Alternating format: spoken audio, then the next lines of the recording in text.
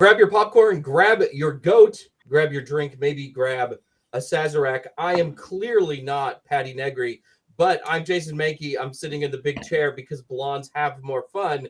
We are the Witches Movie Coven with lots of special guests. It's going to be a great show. We're all excited that you are here joining us. So let's introduce everybody in the Coven. We're going to start with my favorite square, Richard-Lael.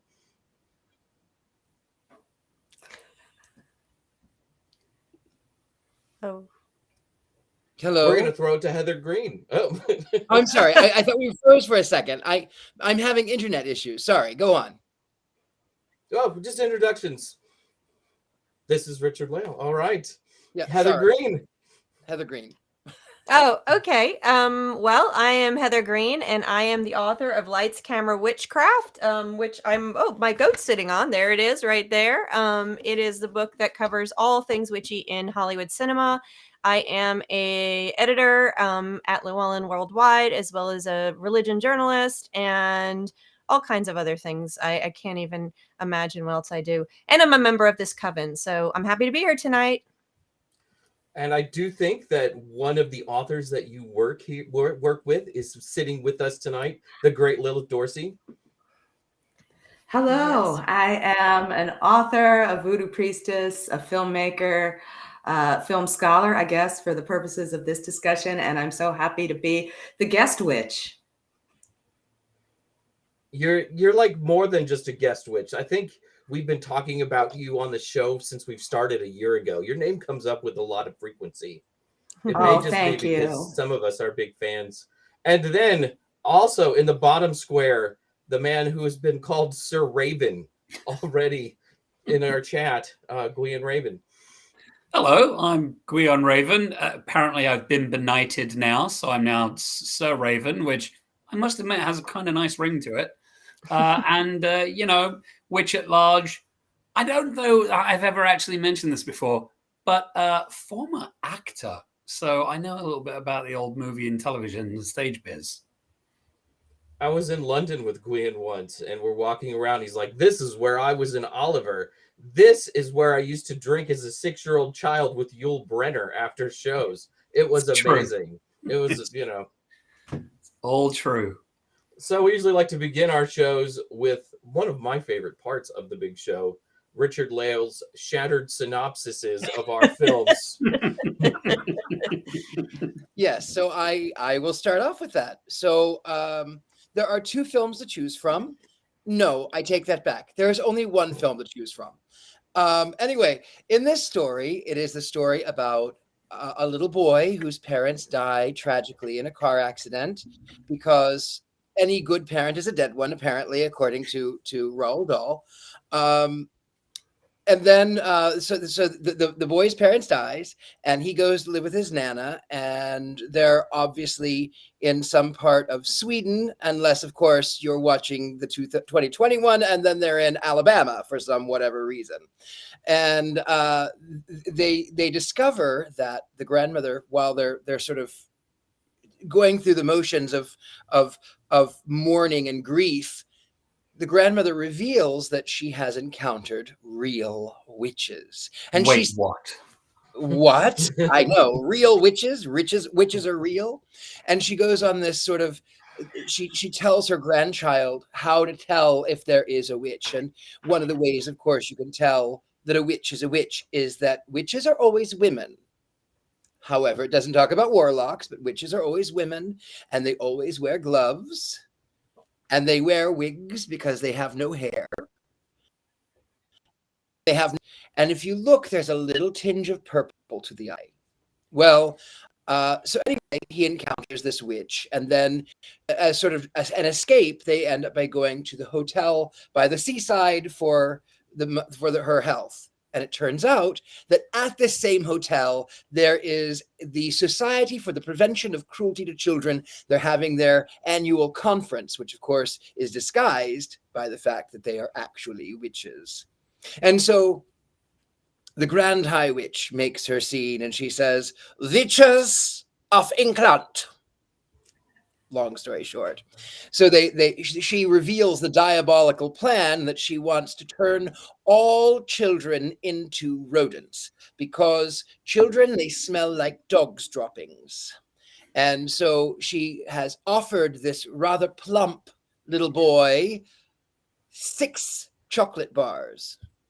And he meets at exactly the right time and poof, turns into a rat.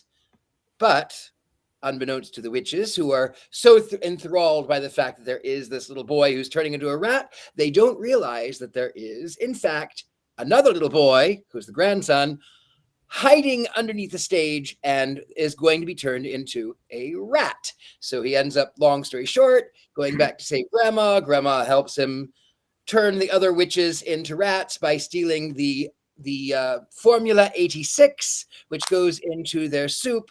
And then all the witches explode.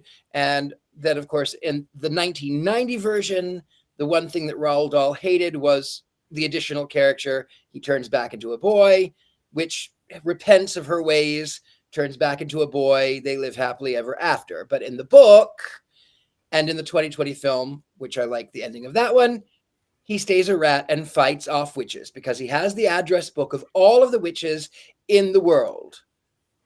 He doesn't have mine because I just moved, but he has all of the addresses of all of the witches in the world. And then he uses the money that was generated, of course, how they got it. It was generated by the Grand High Witch so that these witches could buy chocolate shops to poison the children. And I will say this, living next door to a 3-year-old who wants to run all hours of the day and night, I completely understand why one would want to turn it into a rat. Mm. They make a lot less noise while they're running around, right? Right? Rats do not make that much noise. No, yeah. That is Which would be an untrue. improvement over the noise. Yeah. And they don't shake my lamps and shake my pictures. Maybe I should go out and offer some chocolate to the little child.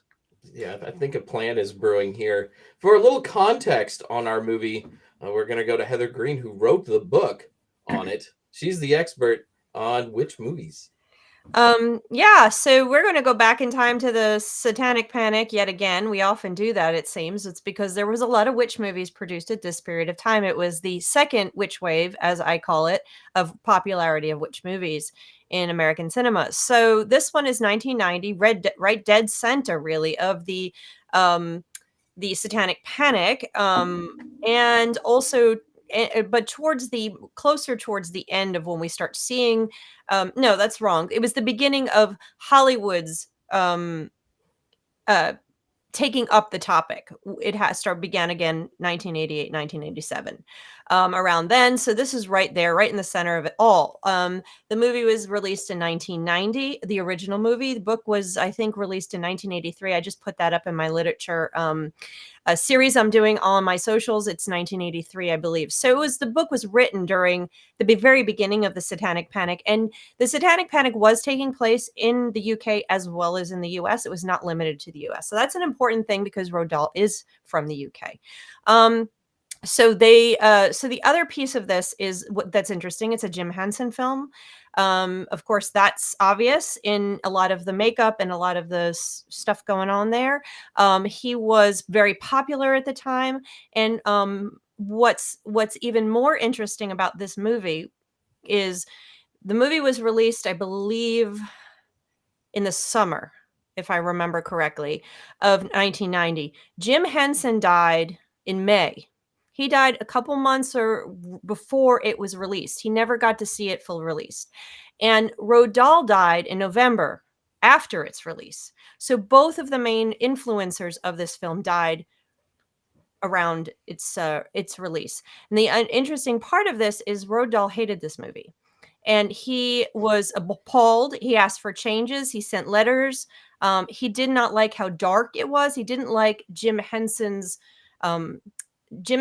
touch on it, how it got darker and a little scarier. And that's a big point because the movie, it's got a following. We are looking at, decades later, it's got a cult following. People love aspects of it. It's definitely a witch movie people turn to watch witch movies, but it was not well received. It had a very mixed review, and for the same reason as Hocus Pocus, and we go back to the same reason as Wizard of Oz, the movie was too scary for children and too silly for adults, and so it missed a mark so in its audience. So it did okay, but it did not it wasn't a splash success in the end. But of course, since then it's become widely popular. Roald Dahl actually said he was not going to release another one of his books ever again to Hollywood after this. Of course, he died in November, and his family had other ideas because we've had many Roald Dahl stories being told in many forms: Broadway, James and the Giant Peach, BFG, Matilda. We had Willy Wonka come back again.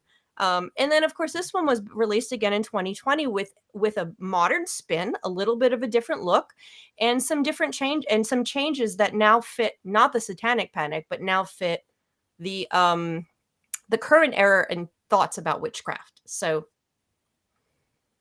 that's the context of this, and we can move on to discussing whether we like it or not, I guess. That's a tough question, because this is a movie, like, parts of it I really liked and parts of it just kind of make me scratch my head. I was watching it today and my wife came in and she goes, I remember this movie. This really frightened me as a child, and I've never watched it again. It frightened me so badly. She would have been, I'm supposed to say she would have been 2, but she would have been 11 when she watched that movie. And the torment is still there with her. Lilith, what did you think about this movie? It did come out in the summer. It came out in the end of August. And I remember that I was so pregnant. Came out, I think, August 24th, and my daughter was born September 3rd. So I remember waddling into the thing to see this, because I'm such an amazing kind of Nicholas Roeg fan. Like, part of my scholarships at NYU were because I wrote about Nicholas Roeg. And I think for me, I separate it from the actual practice of witchcraft. For me, this is more of a spooky cautionary tale for children and adults, and what strange things happen in the midnight sun. And that's what it is for me. If I take it away from what it is to be a modern witch, to have that identity, and just kind of see it as this cautionary fairy tale that Roald Dahl was so beautiful for giving us. Gwen. So odd thing about this movie, it was one of the first Roald Dahl books that I read as an adult, right? So I'd read, Charlie and the Chocolate Factory and James and the Giant Peach and whatnot when I was a kid or a teenager. But this book came out in 1983, but I didn't read it until, I think, right before the movie came out, right? So I was an adult by the time that it came out. So it was a little bit different. I thoroughly enjoyed the book. And the movie it kind of puts me in mind, which makes sense because of Jim Henson. It really put me in mind of, like, the Dark Crystal era, that same kind of puppetry and exaggerated stuff. And it was scary. And I remember thinking, because my kids were born a little bit later. My son was born in 92. And I sort of had the decision when he was about 5 or 6 and the movie had been out and probably available on video at that point. Do I want him to watch it or not? And I think we did play it, but I don't think he liked it that much. And so it sort of dropped off my radar, really, because I think, like what you said, Heather, a little too silly for adults and a little too scary for kids. Mm-hmm. A lot of Henson things were like that. Like, the tones were never quite right. I mean, even the Muppet movies, people always think that these movies are for kids, but Jim Henson really made those movies for adults. There's a lot of winking and nods and things for more mature audiences in there. Yeah. If I remember, Richard-Lael, this is a movie that you really love, right? You're the one who picked this for us. Mm-hmm. Yep. I think he's still frozen. Yeah. Oh no, there you are.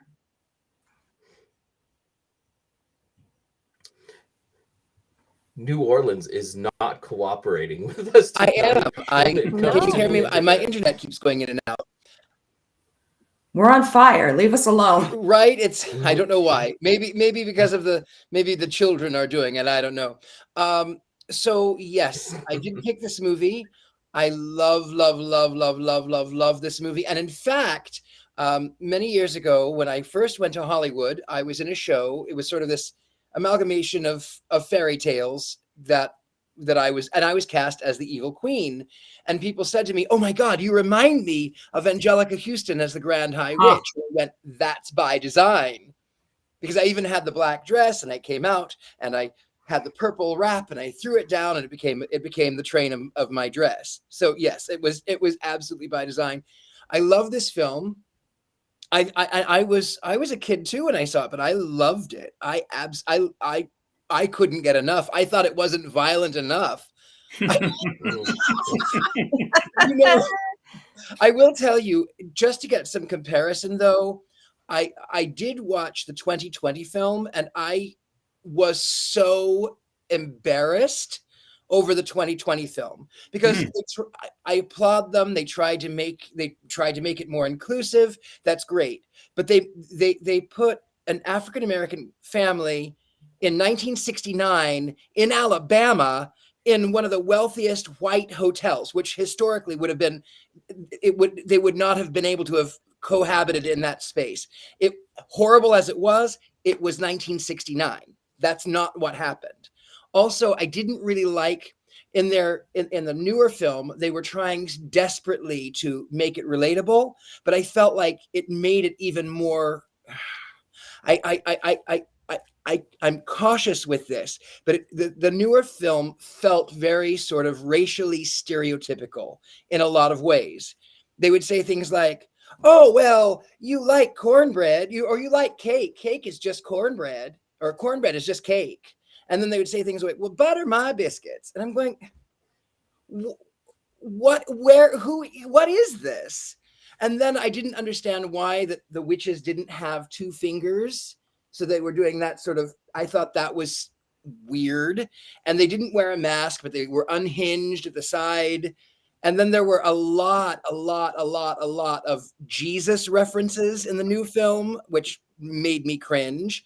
The Grand High Witch was in room 666, of course. And then the grandmother she bowed her head and prayed to the good Lord. And I'm going, what are you marketing? What I don't like this. I would have been fine with it being a black family. They could have left it in Europe where they would not have had the same racial tensions that they would have had here in Alabama in 1969. I was deeply offended, but I have to admit, I did love the fashion in the 2021. It was fabulous. In the 1991, Angelica Huston is a goddess. I mean, she is every aspiration that I have as an out gay male witch.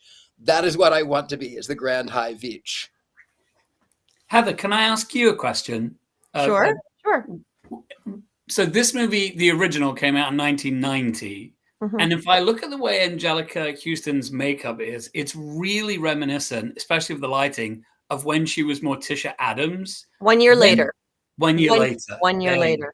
Okay. Yeah, there's a contemporary. Yeah, yeah, she was working on both of those, signing contracts at the exact same time. And that is on purpose. I mean, you look at the Grand High Witch and you can see a similar look, character. That's not an accident. And she was super popular at the time. And she is the only thing that's fabulous about this movie, in my opinion.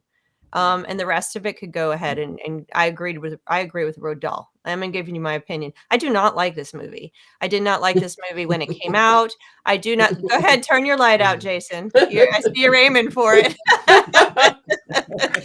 We're not there yet. We're not there yet. I like this movie. Richard-Lael's leaving. I like this movie less than Hocus Pocus, the original one. And if you've heard me trash talk on Hocus Pocus, you know that that's the case. I would rather watch. However, I will watch this one before we watch the Muppet movie Wizard of Oz. So with that said, that's always my bar on this show right now. So there's animals that are supposed to be real that move their mouths, which, as you know, I've said on the show before, that is like just an absolute stop for me. I don't like it. I just, it was boring. I loved watching Angelica Huston act. How could you not? She's fantastic. The rest of it, I didn't care for. I just, from a perspective as a film historian, it's very interesting. It's interesting, for my book, it was interesting. And, I'll watch anything, but in terms of just enjoyment, I never liked this movie ever. And the second one, I thought there was some corrections that I did enjoy. I thought it was interesting. I liked the grandmother. I thought was wonderful. I love the fact that they projected her as doing magic herself, and which you have a positive form of witchcraft, which was beautiful. And of course, one of the ways they fixed it, kind of like Hocus Pocus got fixed as well in that sense, or not fixed, but meeting the cultural moment. I like the fact that the mice were animated, so when they talked with their mouths, it wasn't bothering me as much as it does makes me itch when the animatronic ones go.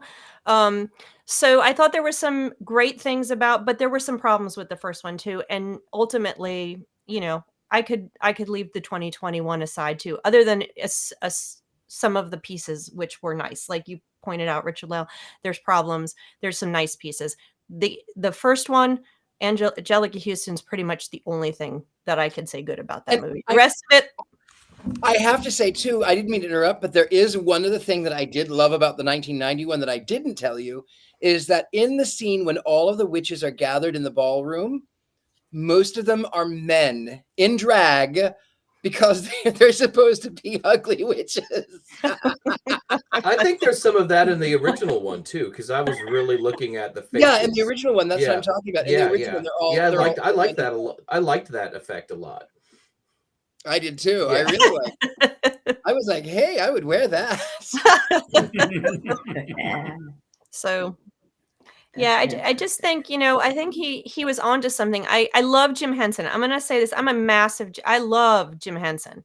I think he was a brilliant, brilliant person. I got to interview his son and talk about some of the spiritual stuff that he was into. I think he was a genius.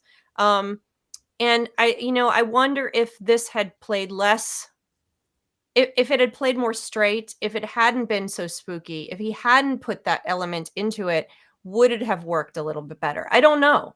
I really don't know. And that was one of Roald Dahl's complaints, is that he was too much of the macabre, was introduced into it, too much of Jim Henson's Dark Crystal, like you pointed out. That was what Roald Dahl didn't like. So I wonder if it had played more straight, if it would have been any different. But, you introduce those stupid talking animals and I'm done. I'm like, this is really... Everyone has a line in the sand. That's Heather's line in the sand. When you have animals... Yes. I think the second one suffers from Anne Hathaway is not a bad actress, but she does not have the gravitas of Angelica Huston. No. Right? No. I mean, yeah. She also could not get the accent correct. One moment she's sort of German, one moment she's sort of French, one moment she's sort of Russian.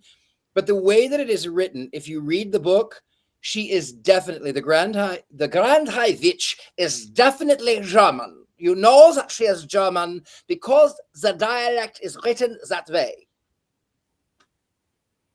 Mm-hmm. But Anne Hathaway was not. She was all over the board. When that movie started, the 1991, I couldn't figure out her accent for a while. It was just, It was so deep. I thought I was going to have to turn on the subtitles for a little while.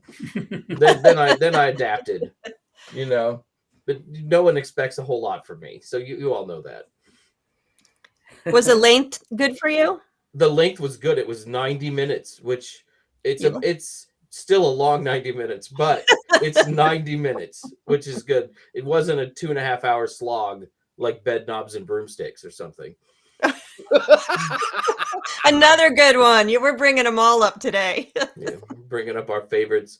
There was a comment in the chat about the depiction of the Grand High Witch. and how people then they were uncomfortable with it, because to me it did remind me of the stereotypes that I sometimes see of witches, which are in a lot of ways like Jewish stereotypes, which is always heartbreaking to see.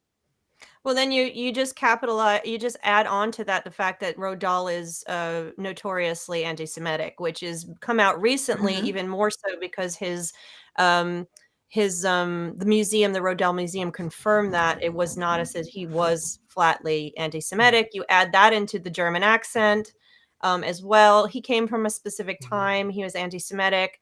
And yes, a lot of the witch stereotypes going back for hundreds of years, anyone who's done any history know that a lot of them do match up with anti-Semitism that has been prevalent for hundreds and hundreds of years. So, but they are also, you have the kid thing, witches eating kids. That's right out of the Hansel and Gretel. That's again Germanic tales. You have all of that, and that was part of the Satanic Panic. That's why this one worked so well in 1990. People were terrified that witches were harming children. And here you go, a movie about witches harming children. That one, pair that with Hocus Pocus, and you got a nice evening. And you know what? As a witch, I have to tell you that I love children. I can just never finish a whole one by myself. We also the end of we also oh gosh, what happens for real with the Simpsons? They told the real story about how witches stopped eating children. The end of the what was it? The broom. What's the one, the Simpsons one we just watched, where at the end they're about to eat, they're going out to get children, and then they offer them candy and cookies and said, "Oh yeah, okay, yeah." I just wish we'd found this before we went to those first 5 houses or something. Yeah, right, exactly. So we got reform. Some of us did anyway, right? Yeah. There you go. One of the things that I will say I'm pleased about with this movie is what they got wrong. Because obviously when the potion got released, all of the witches in England were killed, we disappeared. And then they were coming to America to do the same thing. And look at us all here. So they didn't get all of us. Really? Not all the witches. We have the wonderful Jane Hark scene where she's turning him back and everything. Oh, that's right. Which but she's redeemed, isn't she? I had to realize again that she was Bubble from Ab Fab. Come on, like just such an iconic character. And there she is in all of her like shiny, happy glory, beaming like the good magic to turn him back. Like, yeah, it's trash, but I think that not just Angelica Huston stands out for me and Jane Harks, but also Maya Zetterling. You know what I mean? We've got this iconic in theater, and film. Yeah. And we've also got Rowan Atkinson, right? Like before fame. So we've got these kind of like really great characters popping up there. And again, I said I separated in, you've got performance and you've got all these kinds of extreme things. That's his thing. So what is he taking? He's taking all these extreme stereotypes and pushing the boundaries. We look at Don't Look Now, where he's got the, evil psychic again with the evil children, all these things that are just sort of turned on their head. And I think it's classically for me a road to a Jim Henson kind of scenario.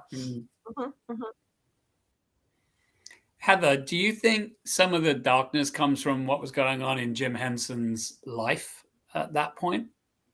And soon to be death? I wouldn't think so. I know he was sick throughout the production, but he tends to do this kind of stuff throughout. I mean, you think about Dark Crystal, that was 1982. Yeah. And then Labyrinth was 1985. So I think this one was less dark than those in many ways. So I don't think so.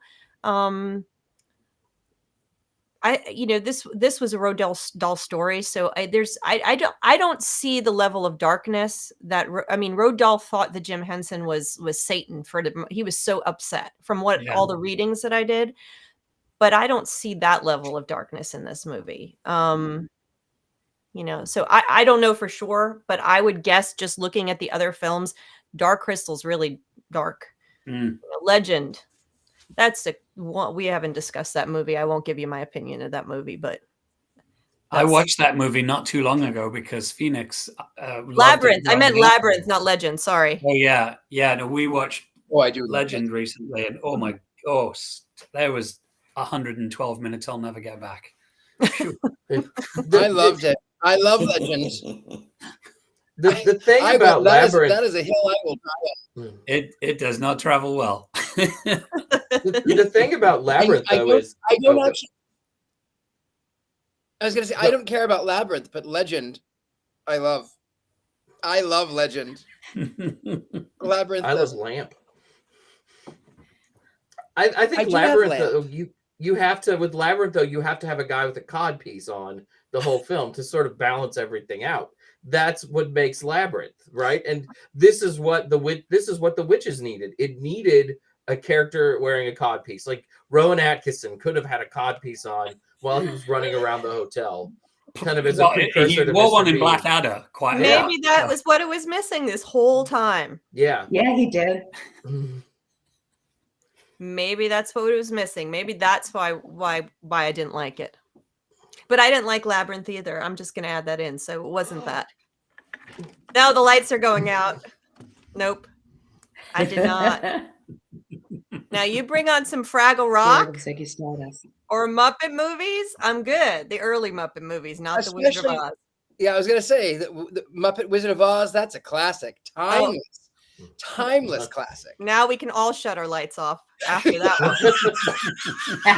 Including me. But I know, Richard-Lael, you're lying through your teeth when you say that, so I won't shut my light off.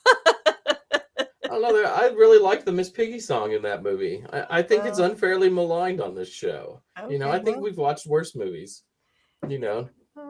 Well, Just Amber says, like, these are all my favorite movies. And I do think there is something, we talked about last time I was on, we talked about a movie that I loved that most everybody on this panel disliked. But I also think some of it's contextual, right? Like seeing this movie when you were like 8 or 9 or 10 or 12 is going to have a really different impression if you watch it when you're 17 or 25 or, whatever it is. So, yeah, I totally get it. Like, there are movies that I absolutely adore that looking back on now, I'm like, wow, that was crap. But at the time, it's really meaningful. And Willy you know Wonka what? and the Chocolate Factory, #1. Yep. I'm with you on that one.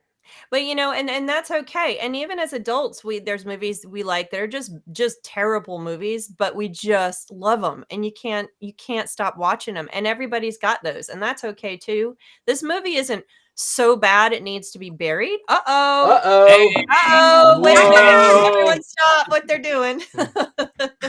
I didn't want to interrupt. Hi, everybody. Greetings from Cradle Mountain, Tasmania.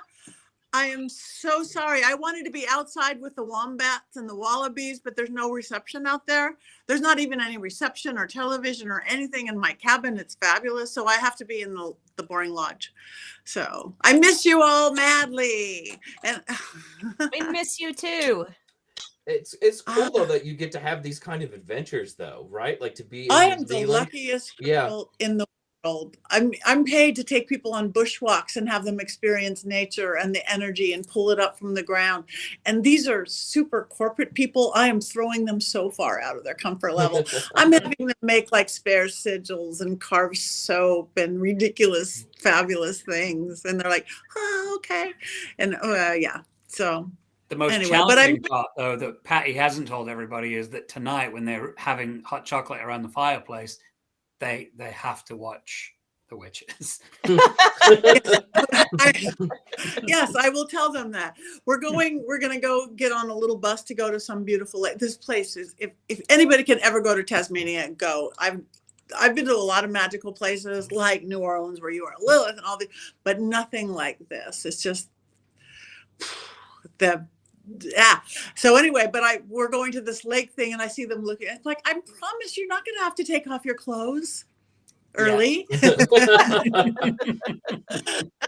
They're so corporate. They're so cute. So anyway, I just wanted to say hi. I do not want to interrupt your movie talk. I will listen in and when I can, but this is the only place I could found to actually have reception. So I love you guys. We love you and miss you. It's so good that you could drop by. I know, it's fun. So knock them alive. Bye. Bye. Bye. I don't know how to turn this on. I forgot to ask her, like, how does the water go down the toilet, right? Is it clockwise or counterclockwise? It's always a big question. I think someone asked what time it is over there. I'm guessing it's early morning. Yeah. Yeah, they're 24 hours ahead, 5 hours behind. So whatever that is for wherever you are. Mm-hmm. Yeah, It's I know tomorrow from working with Australian authors, this is about the time that they start answering my emails.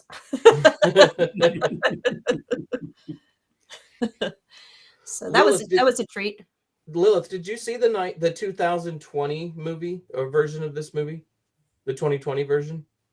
And I was bothered by most of the same things that were mentioned earlier. I didn't like the Jesus things. I mean, I love Octavia, so she's fantastic, and I like that. I like that we were sort of having this kind of black magic, not in a bad way, but in a good way. But it did get very Christian for me, and I didn't like that. Mm-hmm. And I way prefer Angelica Huston. I really don't like Anne Hathaway at all. She's just one of those people that like leaves a bad whatever in my so I didn't like it. And I thought it was scarier. It was pretty. Like, I love the costumes. What? I said she was more frightening to me than Angelica Huston's character. The way they did her mouth and just everything. And there was controversy surrounding her and her character portrayal. And I don't remember the details. It was out the portrayal of her having limited fingers or something. Does everyone remember that controversy? That is actually as a condition, and people who have that condition were really upset that she was the way she represented it, and then she had to come apologize. There was a little bit of a controversy about that. So, do you remember, on that same note, and again, you know, representation matters. I think we all agree with that. But Taco Bell, this is a tangent.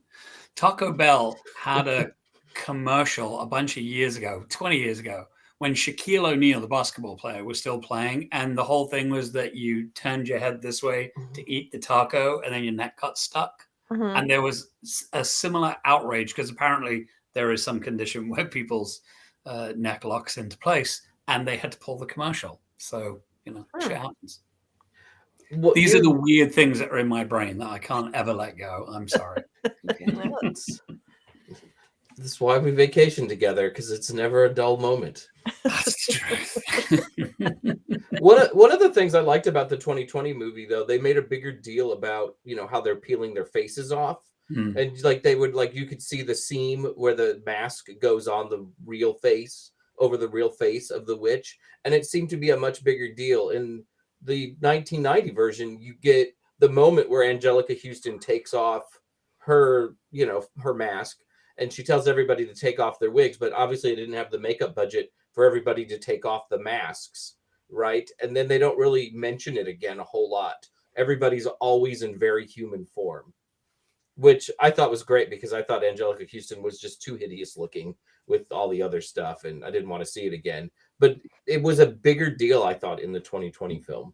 I think, if I may, the reason that the Grand High Witch is the only one wearing a mask in that version is because she is the Grand High Witch. And apparently, when one deals with dark magic, they get uglier and uglier and uglier. And since she is the Grand High Witch, there is no one more ugly than she.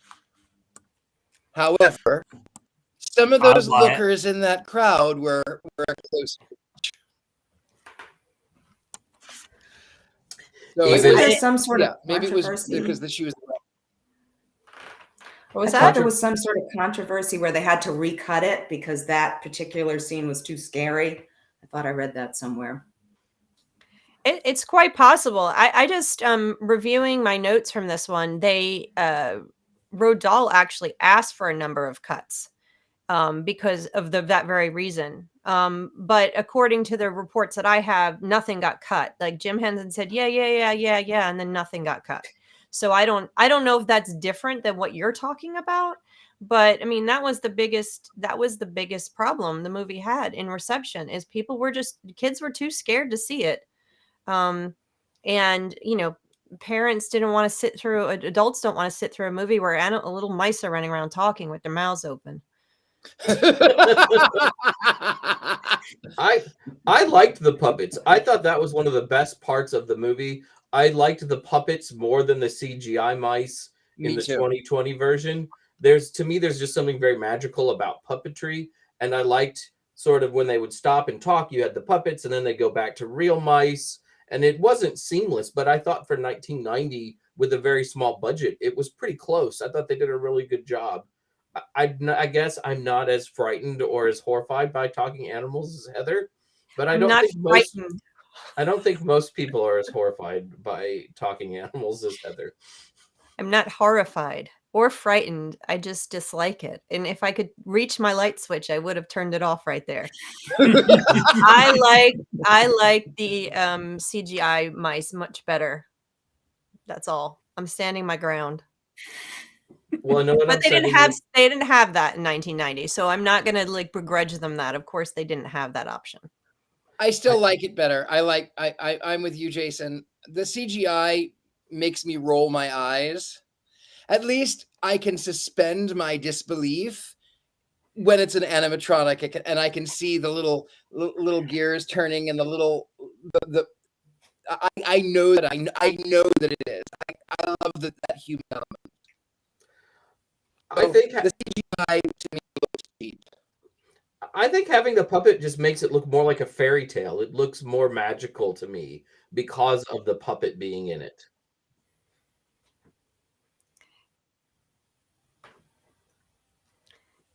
Oh, we're losing him, I think. Yeah, the hamsters running the internet in New Orleans are not being kind to Richard-Lael.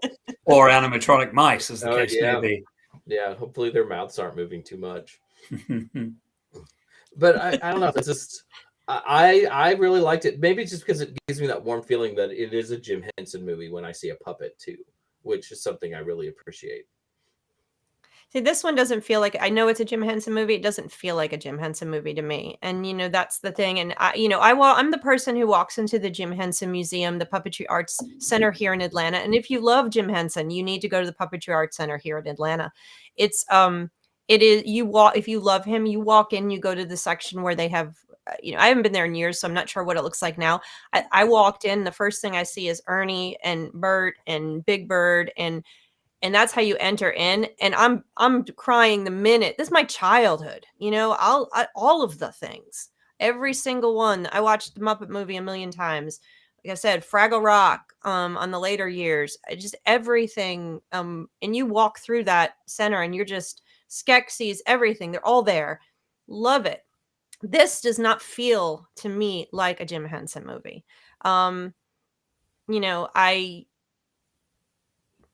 don't know, just from watching it. I know it is, but it doesn't. Curiosity, feel like Heather. Did you like Rowan Atkinson cast in this movie? Because we've talked a lot about Angelica Huston. Was he good? Was he fine? Was it? What do you think? He was fine, but I think not enough fine for him to be standout. And I know he's great, but not enough for me to go, okay, he's standout for me. The movie my lack of interest in the movie just kind of overshadowed that. Angelica Huston's the only one that stands out to me. Yeah. Maybe if I watch it enough times, I'll go, haha, okay, Rowan Atkinson, but not really. I could pass. He's done other things where I like him better. This movie just doesn't. I'd rather watch Angelica. Oh, I can't say her name. Angelica Huston in another movie as well.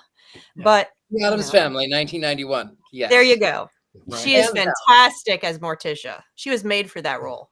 Yeah, I think Rowan Atkinson is entirely wasted in this movie. Yeah, to have an actor that is that funny, that has that much personality, and he really doesn't do very much. There should have been more times of him mugging at the camera. He's in the kitchen. He should have a turkey over his head. All kinds of things like that, and they weren't there. Lilith said something that I completely agree with, though. I think May Zetterling is really good in this movie, and that she has really great presence as the grandmother. And she's almost creepy in her own way because she has all these secrets of, knowing the history of the witches. Oh yeah, this huge backstory. And you made me think too, Heather, when you're talking about museums, did anybody see that there was a museum exhibit at the Academy for this movie? Just recently, apparently. No, really. Really? Yeah, I don't know anybody who saw it. I got to find someone from LA or whatever, but apparently there was an interactive thing that you could go through with this movie, which I can't even imagine what they would have done. Like, it just must have been insane. And I thought we were the only people talking about it, but apparently it has more cachet than we even could ever know. It's got a following, but I don't see what they would do. It doesn't have enough to me to do. But if you were to do a Jim Henson thing, or maybe you were to do a witches thing, or an Angelica Huston, I just don't see what you would center this, or a Roald Dahl thing. I don't know what you would center around this particular film, but it does have a huge following, just like Hocus Pocus. It does not have as big of a following in the witch community as Hocus Pocus. And I think if you compare the witches here compared to the Hocus Pocus witches, the Hocus Pocus witches equally want to destroy children. However, they are so fun in and of themselves, and wild and fun and colorful, that their evil is not quite as scary, is not quite as dark as you find here. So they did not capture, I don't think that these witches capture the pagan witchcraft community in the same way the Hocus Pocus witches have. No, that's true. Yeah, and I think that Disney was very successful when they brought them back was it last year when they brought Hocus Pocus 2. Unfortunately, they remade this movie, so remaking the story again I don't think was as successful. So and this is Disney too. Disney owns Jim Henson now, so also I think that the witches in this movie are not recognizable to us. They're witches with no toes, they're wearing masks, they're all wearing wigs. The witches in something like Hocus Pocus are recognizable to us, right? I mean, they're people, not monsters. Right. And I think that's really, really different. Before we do wands up or wands down on this movie, I thought maybe we do a little check-in, see what everybody's got going on in their lives right now. And if anybody's traveling or doing anything, we'll start with Heather and just kind of go around the circle. Oh, okay. Well, we are getting ready to do our Samhain, our final Samhain working tomorrow. We do a 7-day thing. We started 7 days ago, and it is the 15-degree Scorpio today. So we do celebrate it on the astrological sign, astrological Samhain. So we're doing that. I'm not traveling anywhere because I've got mounds and mounds, which you cannot see, of wonderful manuscripts that I have to read and work on. One of which I just handed off to production is Lilith Dorsey's book that will be coming out, which hopefully I'll let you plug when it's your turn. Okay. But it is fantastic, and I read it several times, and I'm looking forward to that coming out next fall, if I look at my calendar correctly. It's spring, summertime.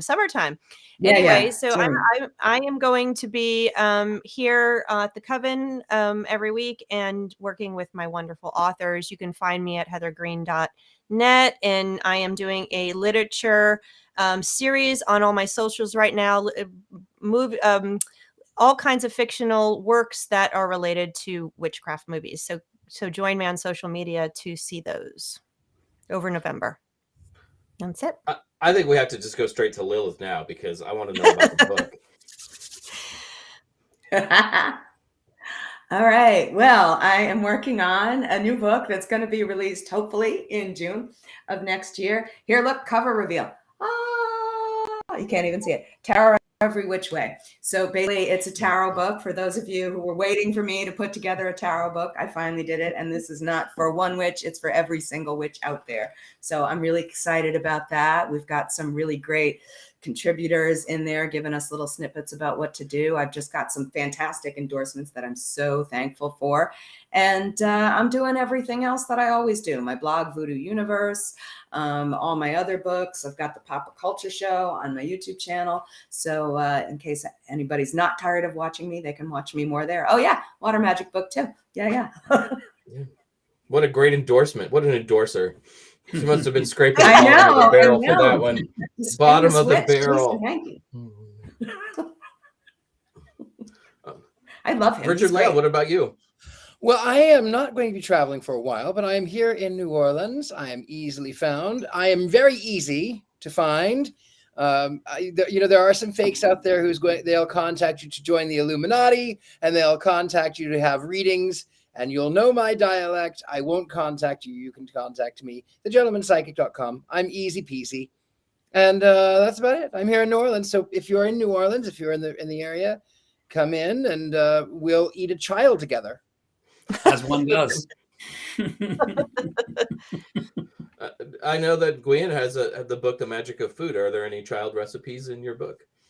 No, although some of my recipes are appropriate for children to make. But no leg of toddler or anything like that. So, yeah. Any you up to anything right now? I actually just finished up all my Samhainses. I think there were 3 different Samhain gatherings, a public ritual and a couple of private ones with our Coven, and that was really, really lovely. So now becomes the big hibernation for me. Like, witch-wise, it's much more of an interior time for me. And then I'll be traveling again, I think, in March, I think it is, and then I've got a lot of travel scheduled for next year, some for pleasure and some for witchcraft. I mean, it's all for witchcraft really, but there's that. And you can find me on Instagram at Gwion Raven, or you can find me out and about at The Witches Next Door, which is both on Instagram and a podcast that my amazing and talented wife Phoenix LaFay participates in as well. So you can find us hanging around there. All right. I want to jump in there now. I worked with Gwion and his wonderful Phoenix LaFay as well on a book called Life Ritualized, which is all about ritualizing in the pagan and witch way, all kinds of aspects of your life. If you're interested in that, it's fantastic.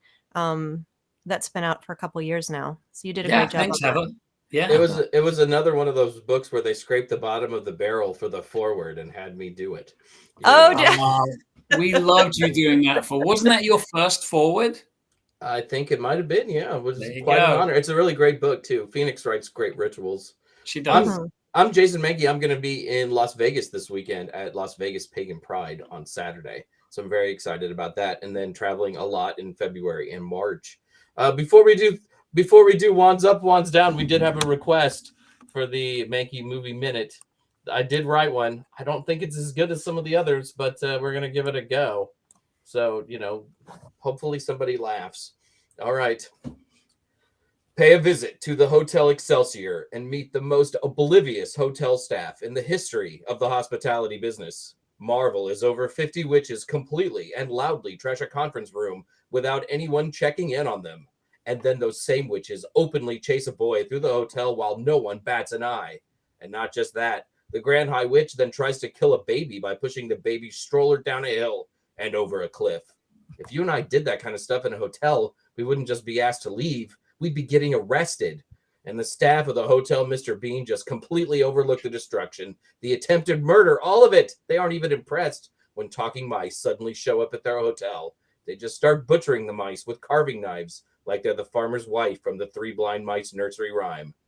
You might be wondering why the witches and the witches choose the lousiest hotel in the UK for a meeting, because nestled in the walls of the Hotel Excelsior, they were free to hatch a plan to kill hundreds of children by turning them into mice, which sounds completely awful, until you meet a child named Bruno. And then you start to think, maybe these witches might be onto something. Seriously, Bruno is pretty awful, as are his parents. So maybe it's not all Bruno's fault, but he's still pretty bad. Learn important facts about witches, such as witches having no toes. No toes? That just doesn't make sense. Angelica Huston stars as Eva Ernst, the Grand High Witch, whose true form is so vile, it appears that there is a set of testicles taped onto her chin. Co-starring is Meyer Zetterling as the cigar-smoking Grandma Helga. The cigar smoking around her grandson was definitely a choice. These 30-year-old movies can be pretty weird sometimes. Still, with all of its oddities, forgotten threads, talking mice, and underdeveloped characters, The witches can be pretty fun in some spots, thanks to some cool mouse puppets from Jim Henson. Who needs CGI when you've got good puppets? Not I. But apparently Heather does. You knew All right. I was going to object to that. Oh yes. Yeah. All right. All right. How are we voting on this movie tonight? I'm like sideways. What is that? I love this movie. I have watched it so many times, and I will probably watch it again tonight for the 50th time. Is that a conch shell? What What are is you that, holding Lilith? there? No, it's a raccoon skull. Oh, Okay. nice. My wands are out of reach. This is what I've got. That's okay. We've had Stranger Things used as wands in the. I can't decide. Like, a part of me wants to sort of give it a thumbs up or wands up. Some of me wants to kind of go maybe 50-50. I mean, it's not all terrible. Mine is a nail file for the missing fingers, and it's all the way up. Oh, that's beautiful. I'm down. How What are do we we- voting on the 2020 version of this film?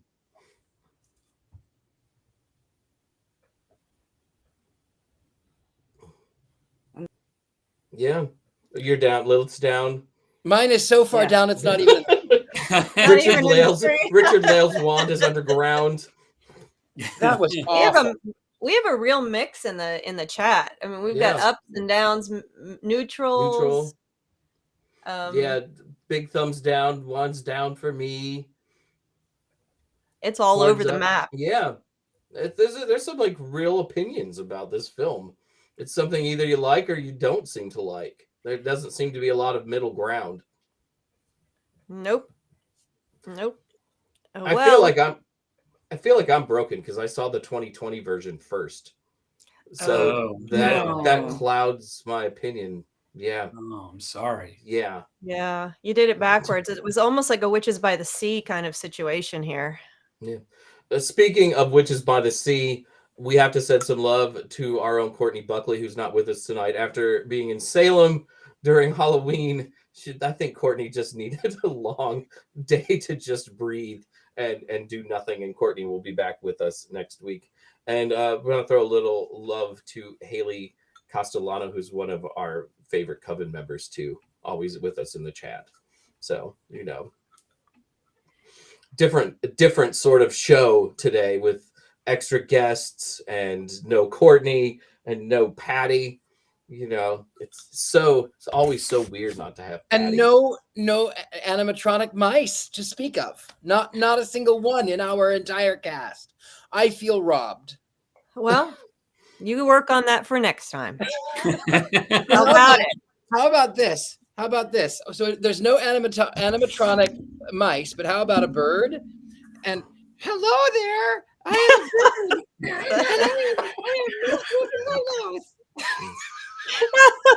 See, that's okay. I know that's you, Richard-Lael. Oh my! I don't sound like that. That doesn't sound like me at all. It is That's it's just certain talking animal puppets. I will point them out when they bother me. This is not Name, this is name a- one other, just like in the last seconds here. What's Hocus another one? Pocus's cat or Sabrina's Binks? cat. You don't like Binks? I like Banks, but I wish his mouth wouldn't move when he talks. It's the Because he moving uses mouth thing. telepathy. I don't like it. I think Is this these like ma- a cinematic thing for you, or is it just like to just give you the oogs? It doesn't give me the ooks. It just looks just cheesy to me. It's cringe worthy, as my teenager would say. It's just cringe worthy. It'd be better if they just showed it and the voice just came and it was just there. The cat is going like this. It's just a thing. It's not scary. We're good. I'm good. I'll How- sleep at night. How do they talk without moving their mouths though? It's like they have ESP or something. I can suspend my disbelief for that. It would work way better. Hey, this is the sword I'm dying on here. So let's just move on. I'm not going to give it up. There's just so much to unpack. Welcome to next week's show when we spend the entire time talking about animatronic mice and other creatures. Speaking of next week's show, we'll be watching the movie She Will next week. So if everybody, you might want to get in on that. And this is about the time now, though, since we're already kind of cackling at Heather, I think it's time for our customary cackle because it's what all witches do. And we'll see you all next week.